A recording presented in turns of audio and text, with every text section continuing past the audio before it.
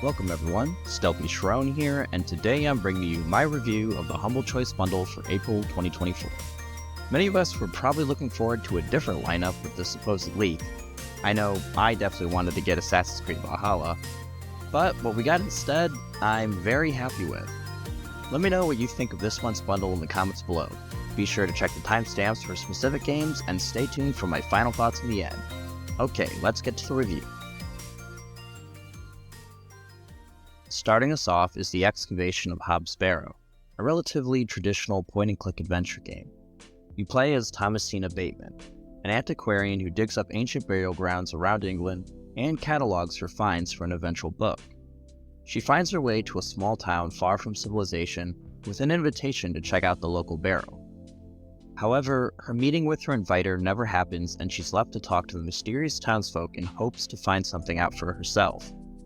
So far, I've found this story to be interesting. I like the setting and the old-timey feel it has.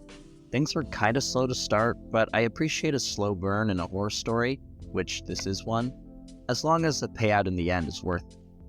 The thing I don't appreciate is the feeling that I have to interact with every interactable on screen, because I'm afraid I'll miss something that will be crucial. Trying to find obscure gatherable items, interacting with various objects in the hopes it will open up a new area, and trying to use every inventory item on a particular object are all things that I just don't care for in this genre. However, like I mentioned, the story seems intriguing and I really like the pixel art. The voice acting as well was really top-notch. There were a couple hard transitions in the music that I'm unsure if they were intended or if it was just a lack of polish. I definitely wouldn't mind coming back to this one at some point, but I don't honestly think I've come back to any of the point-and-click adventure games I've said that to in my entire time reviewing Humble Choice.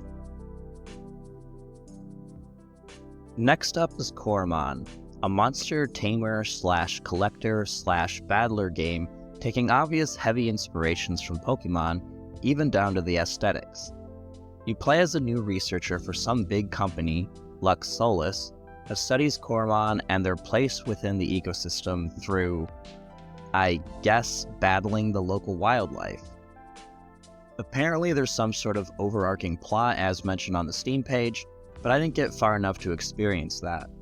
I spent most of my time just battling monsters and trying to find an elusive critter for one of the NPCs. I didn't actually find it though. Coromon seemed to play very much like a Pokemon game from what I could actually remember. For full disclosure, I only actually played the Red and Blue and Gold and Silver eras for any decent amount of time. This copying of identity definitely didn't feel like a bad thing though, and I think they did a great job with capturing the essence. The creature designs, battle backgrounds, and art overall really harken back to the original Pokemon source material. As someone who doesn't follow this genre that closely, I felt that I could take a look at almost any Coromon screenshot and mistake it for a Pokemon game, which, again, is a good thing. Some other things I really liked about Coromon was the ability to allow players to sprint right away, which I remember being annoyingly gated in the early Pokemon games. No idea if that's changed. And I definitely appreciated the ability to avoid random fights in the high grass. This is such a godsend for when you just want to get to where you're going. The ability to modify the difficulty with a slew of different options was also very surprising, and really cool that they let players mess around with that. This is something I definitely want to come back to just because of the sheer quality of the title, and I haven't really played a game like this in a long time. Symphony of War Nephilim Saga is a turn-based tactics game that, while I'm still making comparisons to other games, reminded me a lot of Fire Emblem. Right in the beginning, the game dumps all this world building on you, and essentially says there are some major political issues in one country that resulted in a military coup. The player has to put this rebellion down and rescue the Empress. Despite this being similar to Fire Emblem, it did have some departures. The first is needing to manage resources that seem only to be gained by capturing points on the battle maps. The big selling point for Symphony of War is their squad organization. Each hero character has their own squad of units that can drastically change how they are played. However, instead of simply attaching one type of unit to a hero like in Fire Emblem Three Houses, you can allot a variety of units and modify their positions being in front, mid, or back ranks. This idea could be a lot of fun to create unique mashups with hero units and normal soldiers, but it also creates a lot of management. I found it a bit overwhelming when I gained access to the shop screen with all the different items to buy for the squads, new units, etc. I wasn't sure what to get or where to put things, so I ended up not purchasing anything, which seemed to be a mistake for my next mission. Outside of the gameplay, I liked the art, especially the pixel art graphics for the combat display. The portraits were nice, but I thought they were a bit too high fidelity. Is that the right word? Anyway, they kind of clash with the pixel art is what I mean to say. Honestly, I was surprised with this one since it was a game made in RPG Maker. To anyone familiar with that, it's pretty clear that this game must really be pushing the boundaries of that engine. However, I think it paid off because at a glance, it's a solid game and one that I'd like to return to. Shifting gears in the strategy genre, we have a turn-based strategy, Terraformers, where you take the reins of a Martian colony with the hopes of creating a worthwhile investment and hopefully another home for humanity. Terraformers reminded me a lot of the board game Terraforming Mars, but with a lot more moving parts to it. The terraforming aspect of the game is only one objective that actually starts happening later after you've settled and explored the Red Planet a bit. Each city established needs to be managed and only has a set number of building spots available. I liked how you could specialize each one and had to figure out an optimal building placement to get the most efficient cities. Exploring the planet and spreading across its surface is another aspect of the game which allows players to gain access to deposits, resources, and build large structures for resource bonuses or assisting with terraforming efforts. I like their leader mechanic in Terraformers as well. In the beginning, you select a leader that comes with benefits and abilities. However, every so many turns, you need to select a new leader with a different range of benefits. It changed things up because instead of pursuing a certain strategy, I needed to figure out how to best use the selected leader's abilities. I'm a big fan of games like these, especially when it comes to colonizing Mars because I'm a sucker for that kind of stuff. I definitely will be returning to this, especially since it's been on my wishlist for a while now. Fashion Police Squad is an imaginative twist on the boomer shooter genre. After recently playing through Forgive Me Father some months back, I basically came to the conclusion that a boomer shooter must have A. Grimdark visuals, B. A metal-heavy soundtrack, and C. A ton of blood. Also, shameless plug, but you could check out my review for Forgive Me Father in the card above or link in the description. However, Fashion Police Squad has proven me wrong on all counts. In Fashion Police Squad, you play as a member of the Fashion Police and have to correct horrendous fashion crimes. The concept is surprisingly fun and a refreshing change from the typical gore-infested bloodbaths the genre is known for. Everything is bright and colorful, except when it's not because the dulls have been taking over, making everything gray and drab. You have to provide color back into the place, but that's not all. Some enemies take a simple shot of color, but others require tailoring pinning needles to resize their suits, a belt to hold up someone's pants, and sock gnomes to get rid of all those pesky sock and sandal wearing weirdos. It's creative, and I liked having to switch out to different weapons to get through each combat encounter. There's also a swinging mechanic which I found to be pretty fun, if a bit finicky at times. Obviously, the story isn't taking anything seriously, and if this isn't your style, then it will be an immediate pass. Although, I'd say I normally wouldn't give this game another look if I hadn't played it myself, but it's enjoyable. So I'll definitely be playing this again, which I think is the beauty of Humble Choice, giving me great games that I wouldn't have normally bothered with. I actually owned Humankind before this bundle, and I picked up the expansion DLC last December, although I didn't play with the expansion until now. What is Humankind though? For those who don't know, it's a 4X historical turn-based strategy. So, Civilization. Despite having about 30 hours in this game, I don't really feel like I'm that qualified to talk about it. Probably just imposter syndrome next to 4X fans who spend hundreds of hours in Civilization, Humankind, and other 4X titles though, but I'll try my best. Overall, I like the game. Despite what I just said, I actually have spent hundreds of hours in the Civilization franchise, especially with Civ 4, 5, and 6, so I feel like I can make some educated comparisons. Humankind does have some interesting concepts with being rewarded era stars for different things before you age up. This also helps players not feel punished for not sticking to a certain victory type like in Civilization. Claiming territories for outposts and cities seems a bit strange in comparison to the flagship title of this genre, but Humankind devs are using an earlier concept introduced in their previous game, Endless Legend. I think I do prefer the more granular territory grabbing from Civilization though. I appreciate that they tried something different with combat and made it more tactical. I didn't really get too much fighting in my hour and a half with it recently, but I do remember this could be kind of janky. Many times I think it works fine. Although I think my biggest gripe with the system is that the tiles designated for the combat map seem very arbitrary and make little sense sometimes.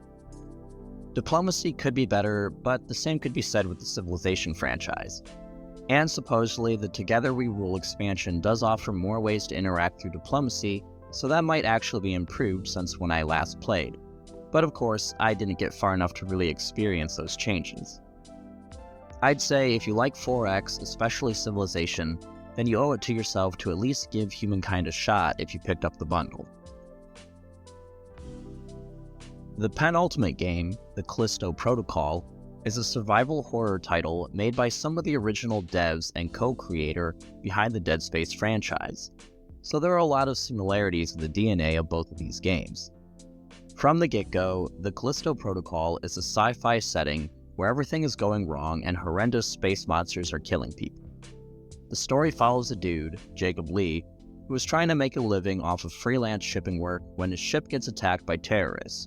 Unfortunately, crash landing near a high-security prison gets him locked up there, and that's when the crazy really begins.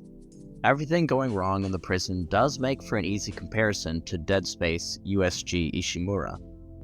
But I'd also say the whole aesthetic of the game, the feel of moving the character, and the game's way of making the UI elements as part of the world all felt very much like Dead Space. At least the original, which is the only one I've played. One big departure from Dead Space is the Callisto Protocol focuses a lot more on melee combat. And the combat is okay. You need to dodge attacks, but you can't dodge in the same direction your last dodge was. Then attack the monster with a few hits. And it's rinse and repeat until the monster's dead. I'm obviously very early in the game, so this might change. Right now, it's simple enough, and once you get the hang of it, well, it might be too easy for some. The game sets the atmosphere very well, but I can't say I was scared that much while playing. And this was in part because I always had a weapon. In the original Dead Space, ammo was limited, at least in the beginning, and the only way you could really kill creatures was by specifically targeting their limbs. The Callisto Protocol makes it too easy to bash the scary thing's head in. Still, I like the game. I think it has a high production value, and I'm curious to see how it plays out. And finally, we have Victoria 3 as the main headliner for the bundle. I'm not really sure what to say about this game, to be honest, as I didn't really get up to much in my hour and a half with it. Victoria 3 is a Paradox grand strategy game that has you take on the role of a selected country during the early 19th century up through the early 20th. You're tasked with managing the economy, population, and their dispositions, trade, warfare, etc., all from a number of various windows and statistics. And it's all very complicated. This is a game that you probably won't be able to learn in just a few hours, and maybe even tens of hours. As intriguing as Paradox grand strategy games are, this is the biggest limiting factor that stops me from trying to play them.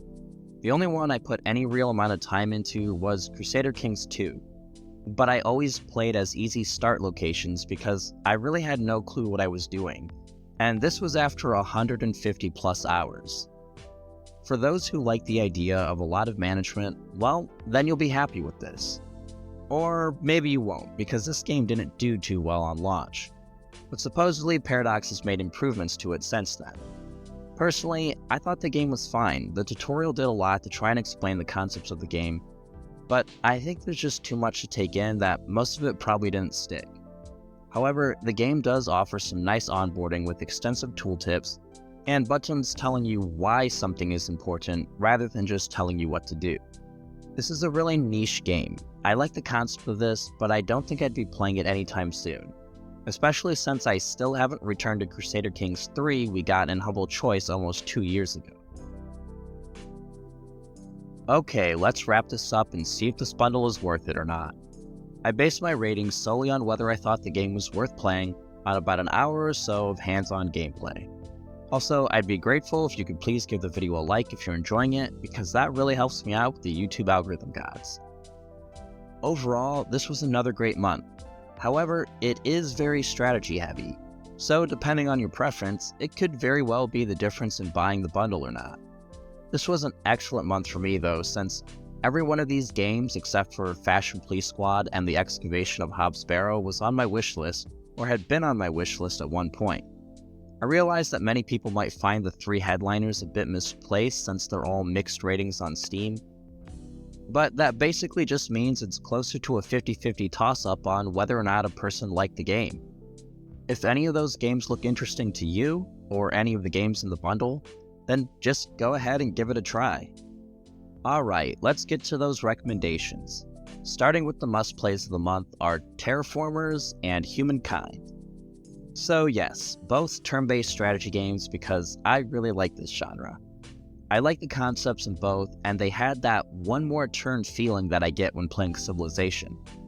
I always like seeing my own impact on the world and how it changes the landscape, from cities forming or the environment being manipulated.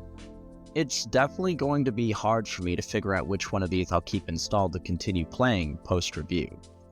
And following up with some strong recommendations being the Callisto Protocol, the Fashion Police Squad, Symphony of War Nephilim Saga, and Coromon.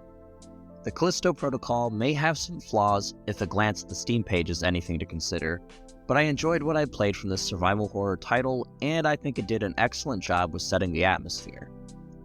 Fashion Police Squad is a big shakeup from what I've come to expect from boomer shooters, and this was such a fun and refreshing change. Symphony of War follows a lot of things from titles like Fire Emblem, but adds their own spin with the squads that may be a bit overwhelming for new players in the beginning. Finally, Coromon is such a great Pokemon imitator for those looking for a polished PC experience of the monster collector and battler genre. In the week recommendations, we have the final 2 being Victoria 3 and the Excavation of Hobbs Barrow. Victoria 3 offers a great premise for a game and has a historical setting that isn't used that much in video games, so it's naturally something I'd gravitate to. However, its complexity is enough to scare myself and many others away.